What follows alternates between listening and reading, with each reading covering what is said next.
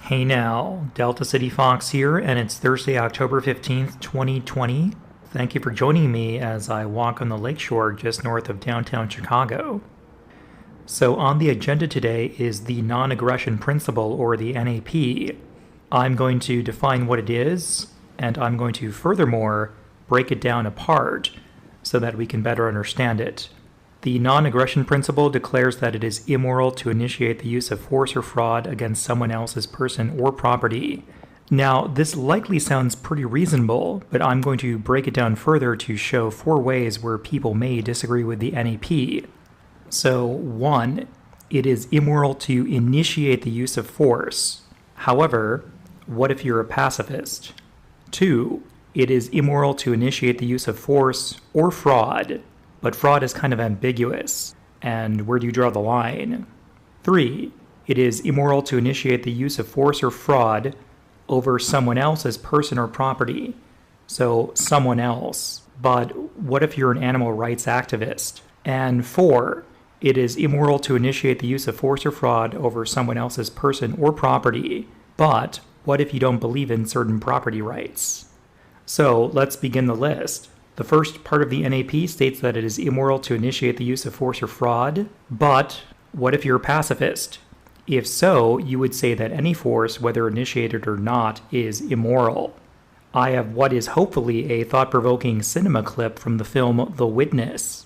In this scene, actor Harrison Ford plays an undercover police officer who is not a pacifist.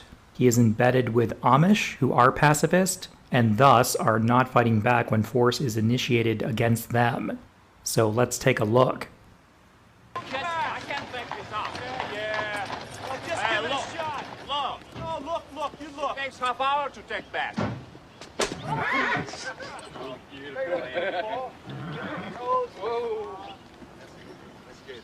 It happens sometimes. Do nothing. Ask you to move this bug at the horse? Come on. Come on, Goldilocks. Don't you speak English? You don't hear very good, do you? Don't speak English.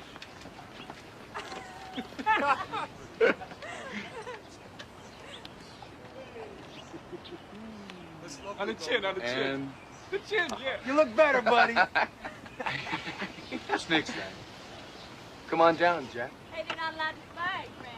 You a man or what? Yeah, that's right. No fighting. They won't fight for their country either. It's not our way. But it's my way. No! How's it look? It looks great. Give it to me. Oh, okay. Comes another one. Look at this. Woo. It's all right, Book. Hey, watch it, Frank. He's gonna hit you with his Bible. Aw. You're making a mistake. Hey.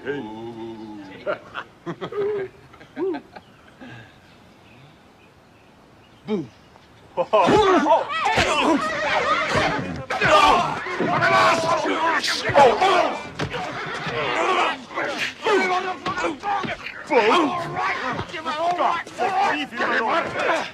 Please. Hey, give me a handkerchief. He's bleeding. Come on. You didn't have to break my bones. Frank, you all right?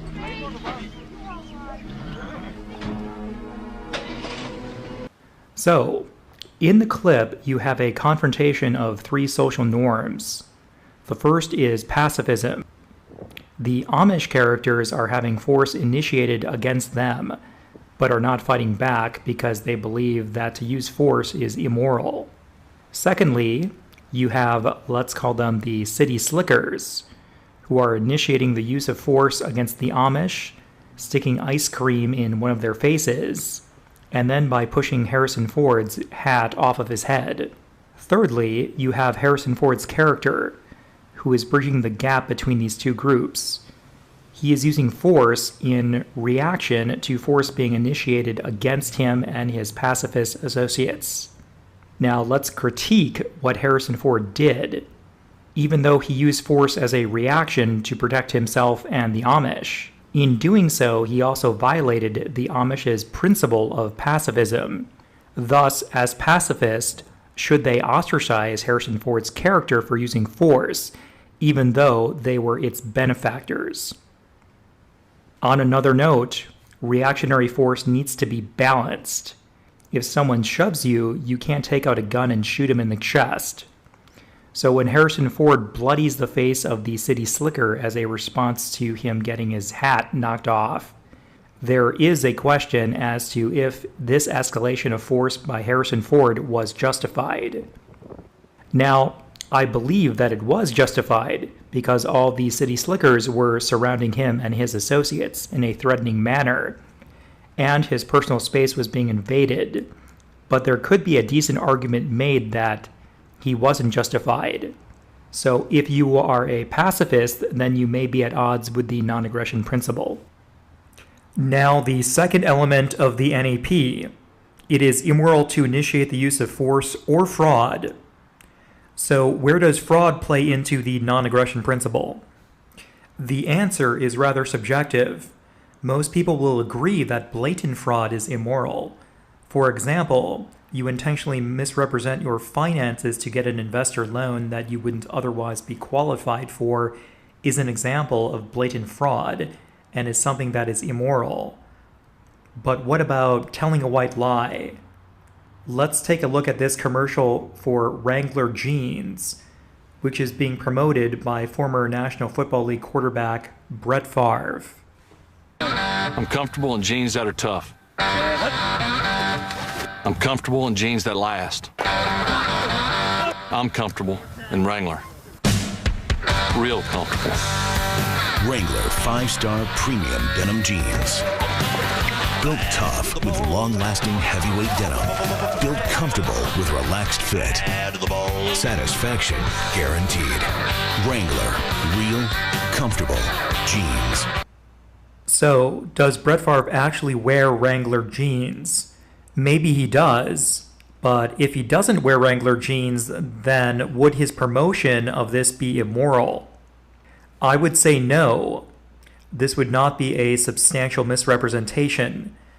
People understand that celebrities endorse products all the time that they are getting paid to endorse and that they don't necessarily actually use.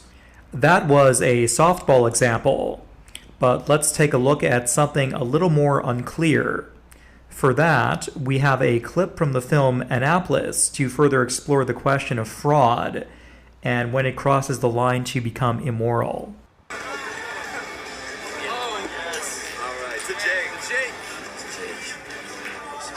Listen, guys, you're my best friends as long as I can remember. That's why I gotta get the hell out of here, because if I can't find better guys than you, I'm in trouble. See you Christmas? Good. No, wait up. Did you see the girl over there with the long black hair? Yeah. A couple of us chipped in. Oh, she's a hooker? No, she's not a hooker. She's an escort. Get out of here. Look, I swear on my mother. Hey, just go talk to her. She ain't gonna bite you. Might cost too much.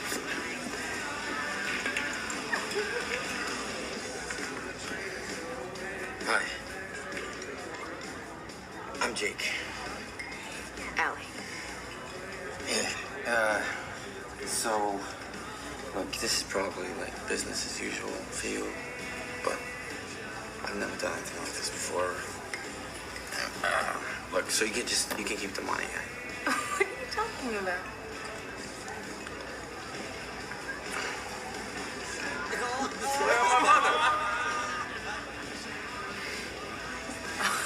You're not a prostitute.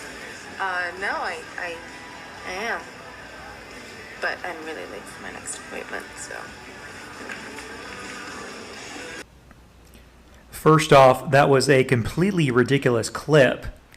A really attractive woman like Jordana Brewster would not be sitting alone at a bar. Otherwise, an interesting situation there that was a lot more in a gray area. Was what the friend did in that scene immoral? Again, I'd say no, because after the fact, James Franco's character only lost a little dignity. But an argument could definitely be made, especially before the fact, that it was immoral. What if Jordana Brewster had thrown a drink in James Franco's face? What if she had called the police?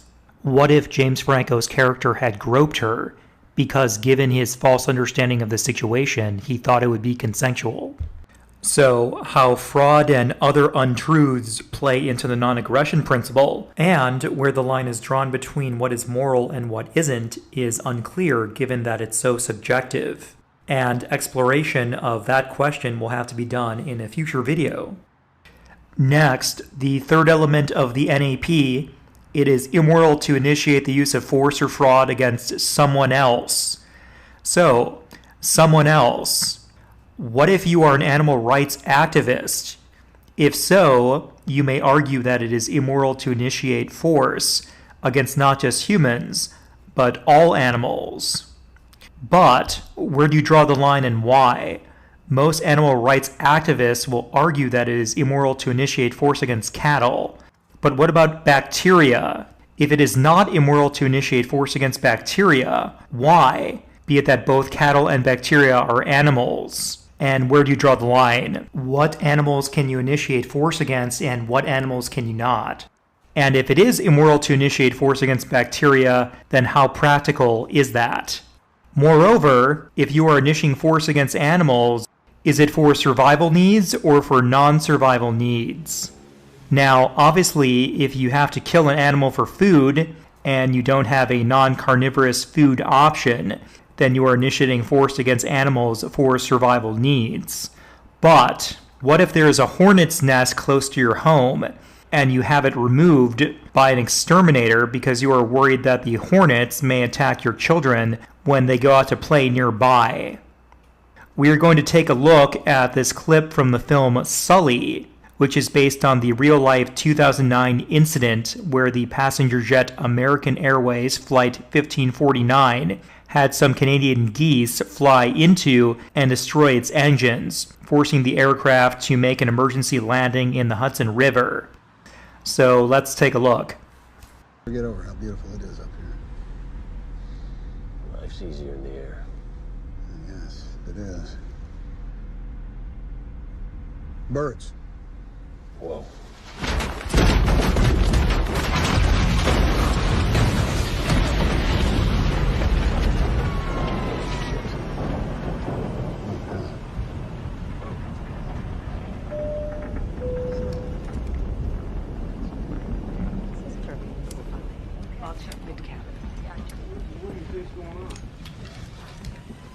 It's okay. Everyone, might be a good idea just to keep your seatbelts on. Got one rolling back. You got both of them rolling back.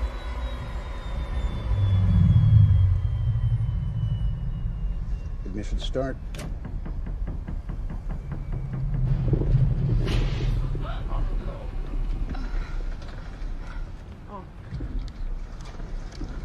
I'm starting the APU.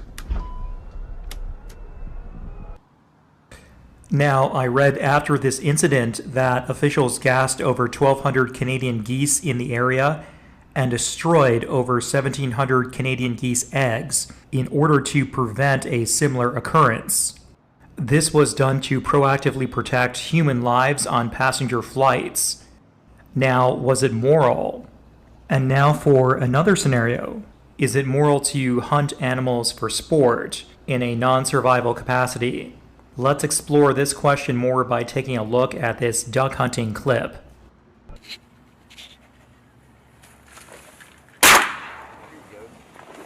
Redemption!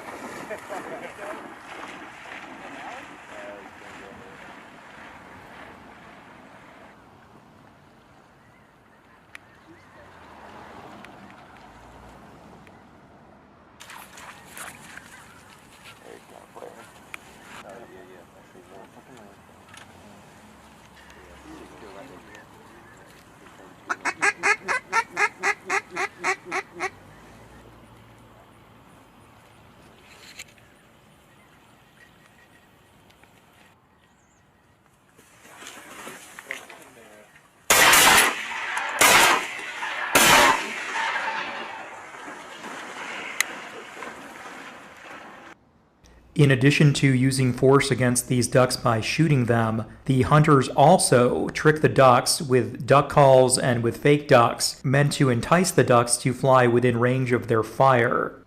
I must disclaim that I don't know whether or not these hunters ate the ducks that they shot. So is it moral to initiate the use of force against animals for sport? And would it make a difference to your answer if the hunters ate the ducks that they killed?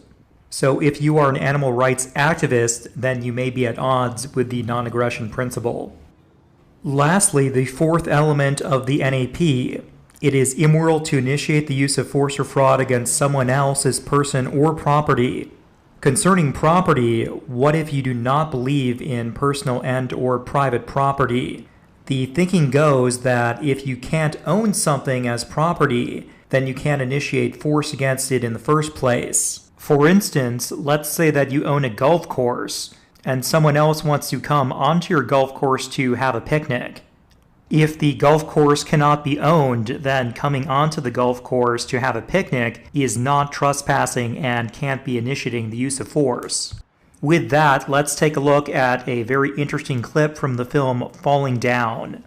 Michael Douglas's character is a disgruntled former Department of Defense employee who was just laid off and has become a vigilante. He is trespassing on a private golf course with the intention of walking through it instead of walking around it.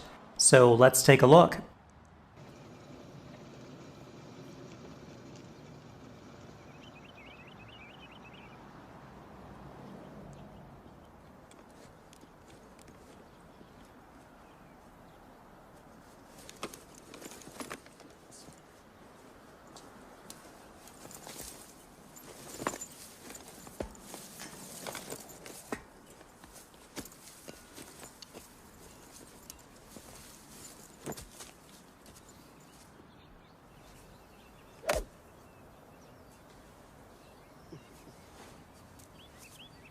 What the hell? Oh, it must be the groundskeeper. Well, if he is, he's out of uniform. Hey, you there! What are you doing there? Just passing through? Nobody said you could play through. Get off my hole. Frank, he said he was passing through. He's not even a member. Look at the way he's dressed, for Christ's sake. Would you get off my golf course? I am. He is. Go back the way you came. Frank, listen, I don't like the looks of this guy. Leave him alone, will you? Listen, what am I paying my fucking dues for? This is my golf course. If I want to play here, I will play here. You understand? If he gets hit with my Titleist, that's his fucking problem. Don't yell at me. I'm just here playing with you. For Christ's sake, that's the ball. You want to... 4!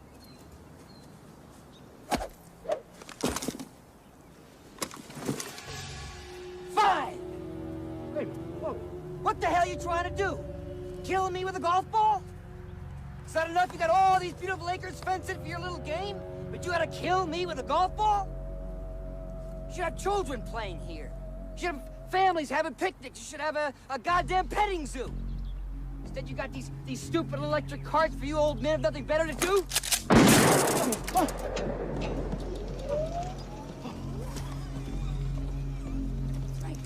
Frank, what's wrong, Frank? Frank, are you okay? Aren't you ashamed of yourself? Oh, my God! I gotta get some What's help. wrong with you? Help! Your heart? Help! Something's wrong with your heart? What can I do? Pills? Where are your pills?